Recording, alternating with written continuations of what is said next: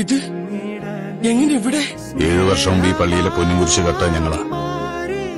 അന്ന് ഞങ്ങൾ രക്ഷപ്പെട്ടെങ്കിലും ചെയ്യാത്തൊരു കൊലക്കേസിൽ ഞാൻ അകത്തുപോയി.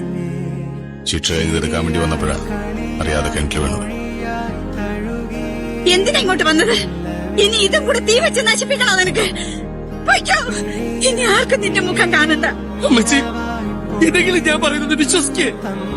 ഒരു തെറ്റ് ചെയ്യാൻ എന്നെ കുറ്റപ്പെടുത്തരുത്. തകർന്നു നിൽക്കുന്നവനാ ഞാൻ. അമ്മച്ചി കൂടി ഇങ്ങനെ പറഞ്ഞ പിന്നെ ജീവിച്ചിരിക്കില്ല കേട്ടോ. ഇങ്ങനെ നാട്ടുകാർക്കും വീട്ടുകാർക്കും വേണ്ടാത്തവനെ എന്തിനാ ജീവിക്കുന്നത്? നിന്റെ ശല്യം തീർന്ന പള്ളിക്ക് ഒരു പൊന്നും കുരിശെങ്കിലും കിട്ടും. പോയി ചാകടാ. ഞങ്ങളുടെ വീട് കത്തിച്ച് പണ്ട് അതിനകത്ത് കുഴിച്ചിട്ടിരുന്ന ഈ പൊന്നും കുരിശ് തിരിച്ചെടുക്കാൻ വന്ന കള്ളനെ കൈയോടെ പിടിച്ചേ. ഈ ജോസേട്ടനാ.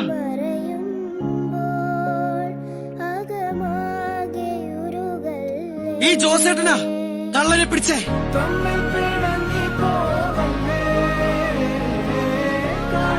നീ എന്തിനാ എന്നെ? അയാള് ചെയ്ത കൊലപാതകത്തിന്റെ ശിക്ഷ ജോസേട്ടൻ 7 കൊല്ലം അനുഭവിച്ചല്ലേ? അന്ന് അനുഭവിച്ചത് ഈ മോഷണത്തിന്റെ ശിക്ഷയെന്ന് കരുതിയാ മതി. ഇനി അവൻ പോയി ജയിലിൽ കിടക്കട്ടെ ജോസേട്ടാ. ഞാൻ ജോസല്ല, എന്റെ പേര്.